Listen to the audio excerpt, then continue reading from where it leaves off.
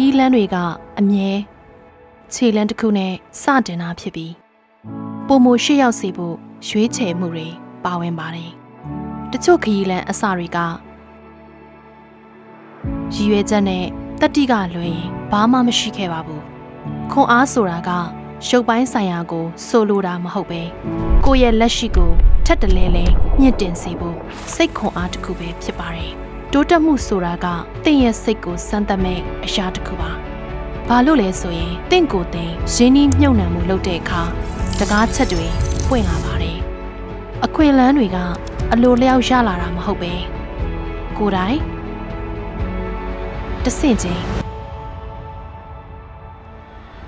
trade တစ်ခုချင်းစီတိဆောက်ရတာပါ။တင့်ချိန်ရောက်လာတာနဲ့ဘယ်သူကမှတားလို့မရတော့ပါဘူး။ရီမန်းချက်ကနေအောင်မြင်မှုအဖြစ်အိမ်မက်မက်သူကနေအကောင့်ထဲပေါ်သူဖြစ်အခုကတော့တင်ပါဝင်ဖို့အချိန်ပါပဲ။